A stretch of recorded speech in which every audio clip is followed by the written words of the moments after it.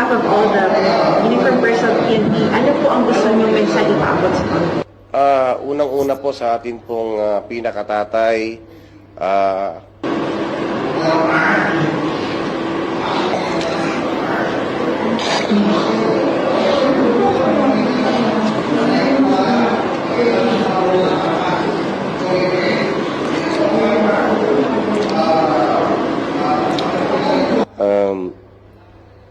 maraming salamat po, Tay.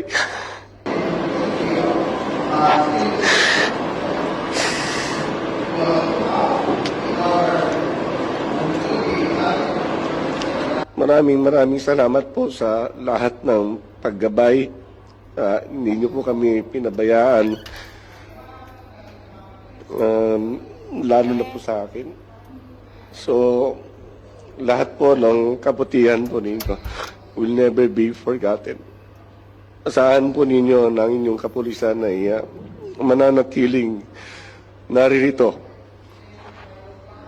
upang magbigay po ng serbisyong tama para po sa ating mga kababayan.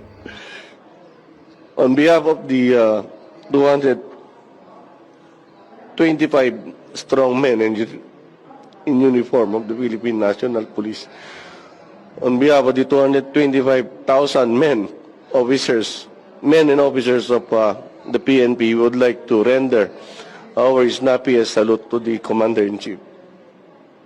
Maraming salamat po.